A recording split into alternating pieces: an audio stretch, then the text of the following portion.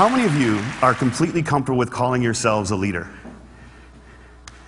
See, I've asked that question all the way across the country, and everywhere I ask it, no matter where, there's always a huge portion of the audience that won't put up their hand.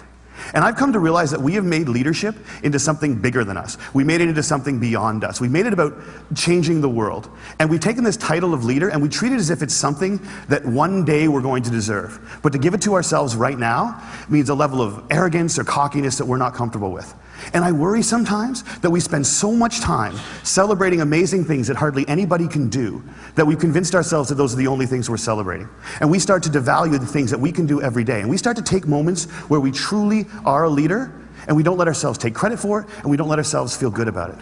And I've been lucky enough over the last 10 years to work with some amazing people who have helped me redefine leadership in a way that I think has made me happier. And with my short time today, I just want to share with you the one story that is probably most responsible for that redefinition. I went to a school on a little school called Mount Allison University in Sackville, New Brunswick. And on my last day there, a girl came up to me and she said, "I remember the first time that I met you." And then she told me a story that happened 4 years earlier. She said, "On my day before I started university, I was in the hotel room with my mom and my dad, and I was so scared and so convinced that I couldn't do this, that I wasn't ready for university, that I just burst into tears. And my mom and my dad were amazing. They were like, 'Look, we know you're scared, but let's just go tomorrow. Let's go to the first day, and if at any point you feel as if you can't do this, that's fine. Just tell us, we will take you home. We love you no matter what.'" And she says, so I went the next day and I was standing in line getting ready for registration, and I looked around and I just knew I couldn't do it. I knew I wasn't ready. I knew I had to quit. And she says, I made that decision, and as soon as I made it, there was this incredible feeling of peace that came over me. And I turned to my mom and my dad to tell them that we needed to go home, and just at that moment, you came out of the Student Union building wearing the stupidest hat I have ever seen in my life. It was awesome. And you had a big sign promoting Shinorama, which is Students Fighting Cystic Fibrosis, a charity I've worked with for years, and you had a bucket full of lollipops. And you were walking along and you were handing the lollipops out to people in line and talking about Shinorama. And all of a sudden, you got to me, and you just stopped, and you stared. It was creepy. This girl right here knows exactly what I'm talking about. And then you looked at the guy next to me, and you smiled, and you reached in your bucket, you pulled out a lollipop, and you held it out to him. And you said, you need to give a lollipop to the beautiful woman standing next to you. And she said, I have never seen anyone get more embarrassed faster in my life. He turned beet red, and he wouldn't even look at me, he just kind of held the lollipop out like this.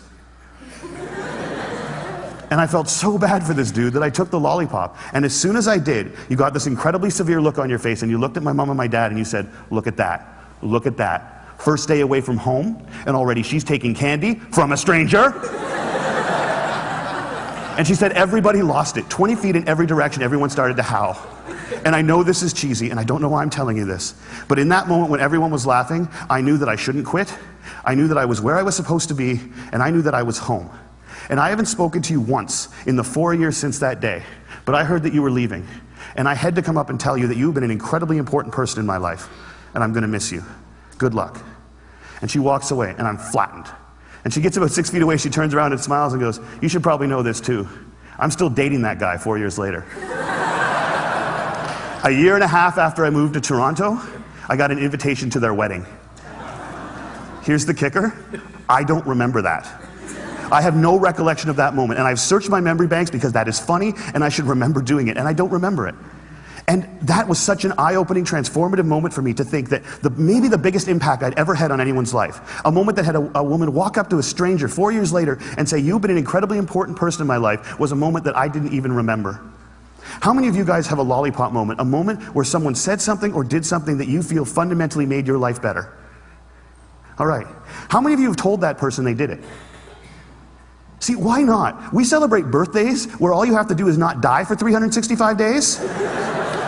And yet we let people who have made our lives better walk around without knowing it. And every single one of you has been the catalyst for a lollipop moment. You have made someone's life better by something that you said or that you did. And if you think you haven't, think about all the hands that didn't go back up when I asked that question. You're just one of the people who hasn't been told. But it is so scary to think of ourselves as that powerful. It can be frightening to think that we can matter that much to other people. Because as long as we make leadership something bigger than us, as long as we keep leadership something beyond us, as long as we make it about changing the world, we give ourselves an excuse not to expect it every day from ourselves and from each other. Marianne Williamson said, our greatest fear is not that we are inadequate. Our greatest fear is that we are powerful beyond measure. It is our light and not our darkness that frightens us. And my call to action today is that we need to get over that. We need to get over our fear of how extraordinarily powerful we can be in each other's lives. We need to get over it so we can move beyond it. And our little brothers and our little sisters, and one day our kids, or our kids right now, can watch us start to value the impact we can have on each other's lives more than money and power and titles and influence. We need to redefine leadership as being about lollipop moments. How many of them we create, how many of them we acknowledge, how many of them we pay forward, and how many of them we say thank you for. Because we've made leadership about changing the world, and there is no world. There's only 6 billion understandings of it. And if you change one person's understanding of it, one person's understanding of what they're capable of, one person's understanding of how much people care about them, one person's understanding of how powerful an agent for change they can be in this world, you've changed the whole thing. And if we can understand leadership like that, I think if we can redefine leadership like that, I think we can change everything. And it's a simple idea, but I don't think it's a small one. And I want to thank you all so much for letting me share it with you today.